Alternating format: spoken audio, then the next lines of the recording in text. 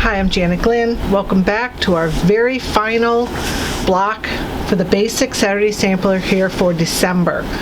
It is a 9-patch block. We're going to be working on our half square triangles one last time, and this time we're going to be working on the small these flying geese, but it's made actually with the large flying geese ruler. These are finished at 2x4. Very simple block, a couple flying geese, very simple square in the center, and our half square triangles. So how I've cut my fabric, my center green square is 4.5. I've cut 2 5-inch whites and 2 5-inch blues. Those are going to be my half square triangles. With these 5-inch whites, we're going to draw one diagonal line, put them right sides together. We're going to sew on either side of the diagonal, and then we're going to cut them apart. So we're going to yield 4 half square triangles, and those are our corners. We're going to press those to the blue, and then we're going to trim these down to 4.5 inches. Okay. The next thing we did was for our flying geese units. I have blue wings with the red bodies, and I have the multi-wings with the white bodies. From these, we've cut a 7-inch blue for the wings and a 7-inch multi for the wings. The piece that goes on the top of these in order to form the body for our finished 2x4 is a 5.5-inch square. So, pretty simple. We're just going to go through the flying geese one more time, and very quickly we'll make 4 flying geese just from one ruler, from 2 squares. All right. So what I've done first is I've laid right side together the wing and the body fabric. I've drawn a line diagonally through the corner so that it comes all the way through, and I sewed just from the multi onto the white, down one side and up the other. There's no real reason why you need to go all the way up and out the multi, just where the white and the multi end. Okay. The next thing I did is, after I sewed my 1/4 inch, I cut them apart on the diagonal. We're going to press these toward the larger triangle, toward the wing fabric, and in this case it's going to be the multi and it's going to be the blue. So let me just go ahead and press my multi, and I need them both, so give me a sec and we will go press these. You're going to have these little tiny turned tips hanging off the end of the wing fabric. That's okay. Just make sure that when you press, this is completely open and you don't overlap that. Just make sure it's nice and open. And again, we have a little twist on the end. And we're going to do this one, same thing. Give that a little 1/4 inch turn on the end and give it a nice press. Okay. We don't want to have any overlaps. Our seams are nice and open here. All right, let's go back. Cool these off a sec.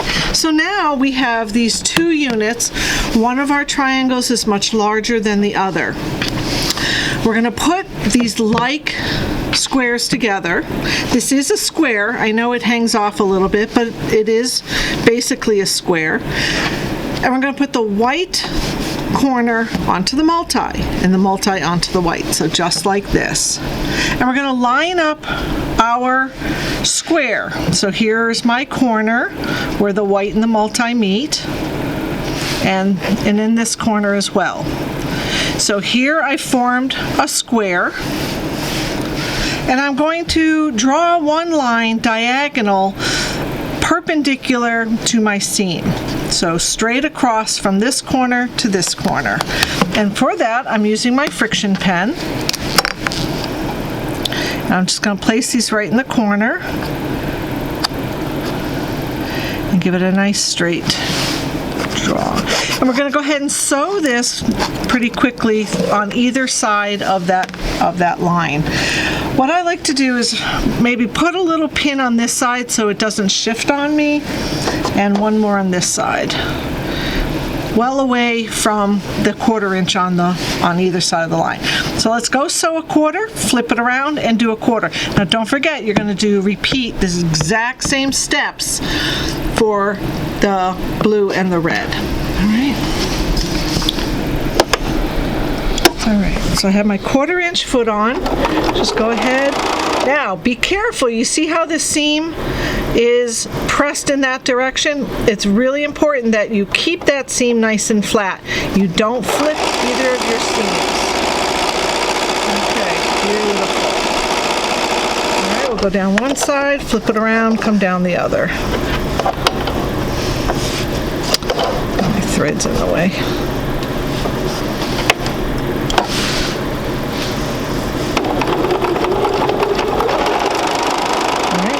This side is going in the direction, but my underside one is going actually against it. So just make sure it stays nice and flat and you don't flip that seam.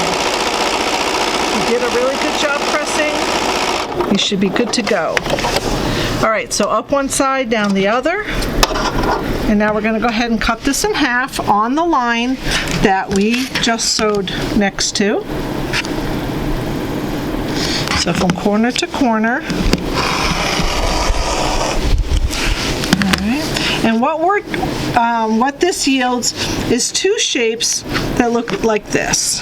Two more squares that look like this. So when you flip this over, we need to press this seam. So in order for the body to be nice and flat for the ruler, we're going to press it toward the wing and toward the wing. And same with this one. But if I pressed this one toward the wing and this one toward the wing, I have a little twist in the center. So what you're going to do is right between these two seams in the center, you're just going to take a little cut right to the thread. All right, so whoops. So right about there. Okay, that's enough to give it a little bit of a turn. Oops, I only got one. There we go. All right, so I have to do it to both of them. So now when I press this toward the wing fabric, my body's going to lay flat on this, so it's easy to use the ruler. And I'll do it again on this one. My goodness. And right between is right about there. All right, so let's take these over, get these pressed, and come on back.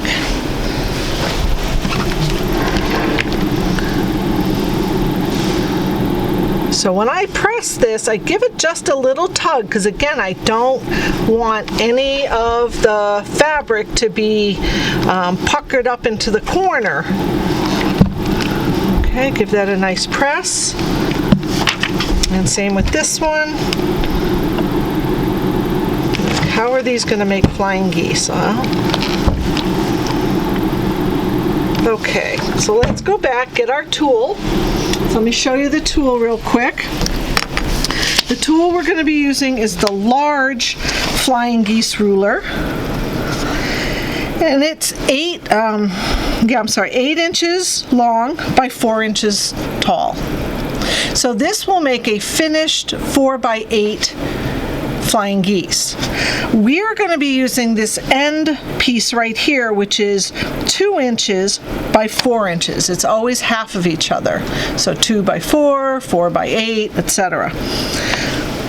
So in this shape, it already includes the seam allowance, so we don't have to worry about that. We're only concerned with the red lines and this one green line going through our edge of our flying geese. All right, so how are we going to cut this? We're going to place the body, the white body, and each one of these is going to yield 2 flying geese. So what I've done is I've taken the red marks on the 2x4 finished geese and laid them right on the seam allowance, right there on the seams, and I'm going to cut on these 3 sides. So I have extra over here, so one more time I'll have to turn it around. You do want to trim all 4 sides, but first one I do is I trim it apart. I trim this one and this one, and you'll notice that these lines come right down to the intersection into the corner, so I have a 45 degree of multi and a 45 degree of white in my 90 degree corner. So you want to make sure that lands right there on that seam. So once I have all 3 sides, I'll go ahead and spin that around.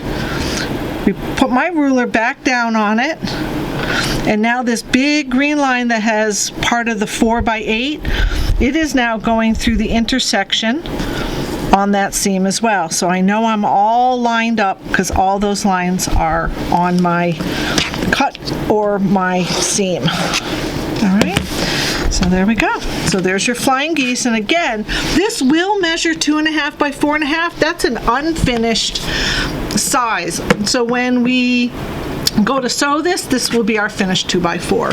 So you're just going to continue to make all of these, and you're going to need 4 of the multi-white and 4 of the red-blue. All right, so once we're done, come on over, we're going to put our units together. So we have our 4 flying geese with the multi-white, and we're going to place a red-blue right on top of it. So now this is going to finish at 4 inches. So we've trimmed this to 4.5. This is 4.5 unfinished, and this is 4.5. We cut that, so they all finish at 4. So our block, once we sew the 3 rows together, will be a finished 12-inch or an unfinished 12.5. All right, get your borders on. Seeing as how this is the very last block of the year, I hope you'll bring in all your blocks sewn together, 3 blocks across by 4 blocks down. You'll have a beautiful quilt. Come in, pick up your batting, your backing, and get that finished for you. All right, so bring in your November's finished block beginning this Saturday, December 18th, to receive your December's kit free. We also have in-store classes in all 3 of our locations, so please check out our website for any of those classes that are coming up. We also have a holiday savings booklet. It's also available on the website, the Close to Home app, and in all the current emails that have come to your computer. You can find a lot of savings in that book, including sergers, long arm sewing machines, accessories, notions, and we do have a nice table here in Southington for just that right gift that you might want to pick up at a special discount. All right. Next year's basic is going to be in person the 3rd Saturday of the month. That's at 9:15. So please sign up for the January basic block. If you feel that you want to move on to the intermediate, you're more than welcome to jump to our intermediate sampler, and that is the 2nd Saturday of the month. All right, so you will be both in person, and we will still have the video available to you. So you do not have to come in person to get your kit. All right. I think I've explained everything. Merry Christmas, and we hope you'll join us in January. Thank you.